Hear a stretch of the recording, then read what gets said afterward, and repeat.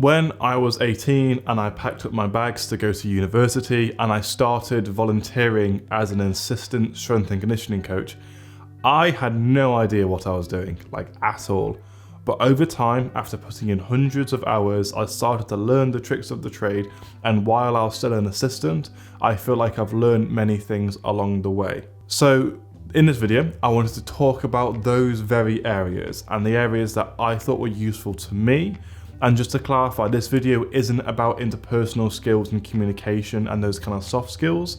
I've done a video about that I will link at the end of the video or somewhere around here, but it's more about technical skills and the kind of knowledge you need to know. The first area that's really useful is just kinesiology fundamentals. And I find that in the UK, people call it sport and exercise science, but the actual term is kinesiology, and it's just easier to say than sport and exercise science. But this is stuff like anatomy and physiology, biomechanics, psychology, physiology, etc. And strength and conditioning definitely is integrated and part, I would argue, of kinesiology. And the better you know the fundamentals of these topics and just kinesiology in general, I think these are like pillars that will hold up knowledge in whatever area you go into, whether it is cardiac rehabilitation, whether it's you're being a biomechanist, or even in this case, a strength and conditioning coach, which is very multidisciplinary. Second is exercise technique. And again, this is the bread and butter of strength and conditioning and personal training. If you don't teach people the correct way to move their bodies when they're exercising, this can do so many bad things to them. This can increase injury risk. It can reduce performance by training inefficient motor pathways. And also, it will probably just cause people to have less faith, with your coaching ability in general. Taking a step further is considering exercise progression and regression. So your exercise programs, just to tell you now, will not always go to plan.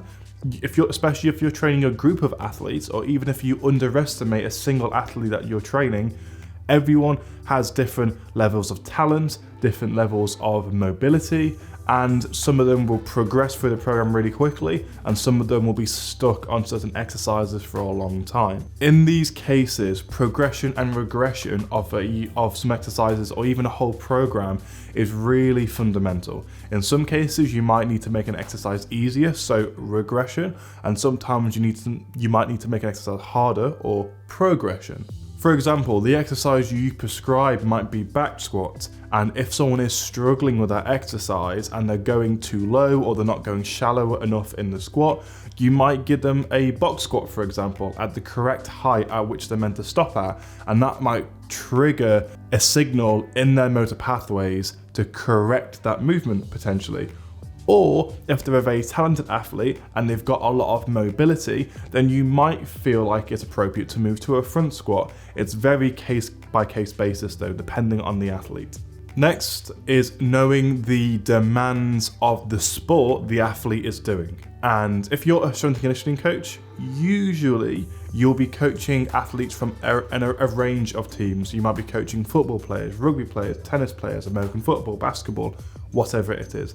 And the demands of these respective sports will range drastically. So, for example, a program for a rugby player and a badminton player will look very different. With the knowledge of the certain demands of the sports that the athletes play, it's your job as a strength and conditioning coach to have a program that will cause the appropriate physiological and biomechanical adaptations that will cause the athletes to be able to meet the demands of their sport. You could argue this is the most important thing a strength and conditioning coach should know. Injury prevention and rehabilitation.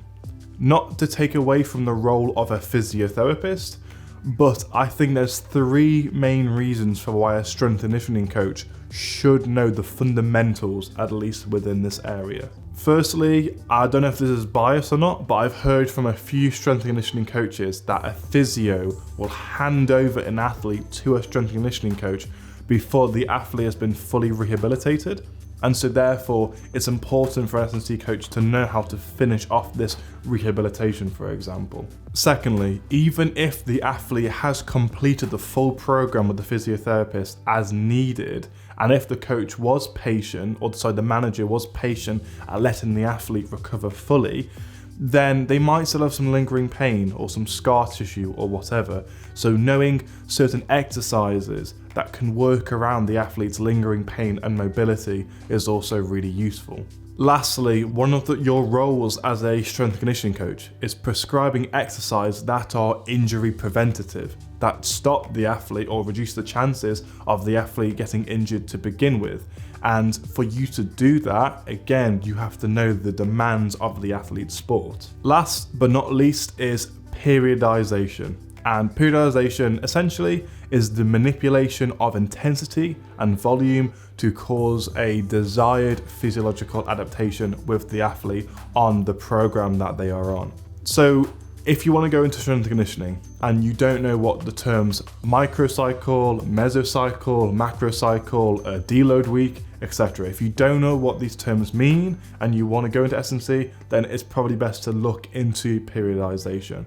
And it's a little bit controversial in regards to what programs are the best for certain sports. There's some literature that kind of argues against each other, but just knowing about this topic in general is useful, I think. Anyway, I hope this video was useful to teach you about the different areas you should look into as a strength and conditioning coach. If you enjoyed this video, then you might enjoy the video that I'll link here, talking about the biggest lessons that I learned as a strength and conditioning coach. I'll see you there. Hope you enjoyed the video. Adios, amigos.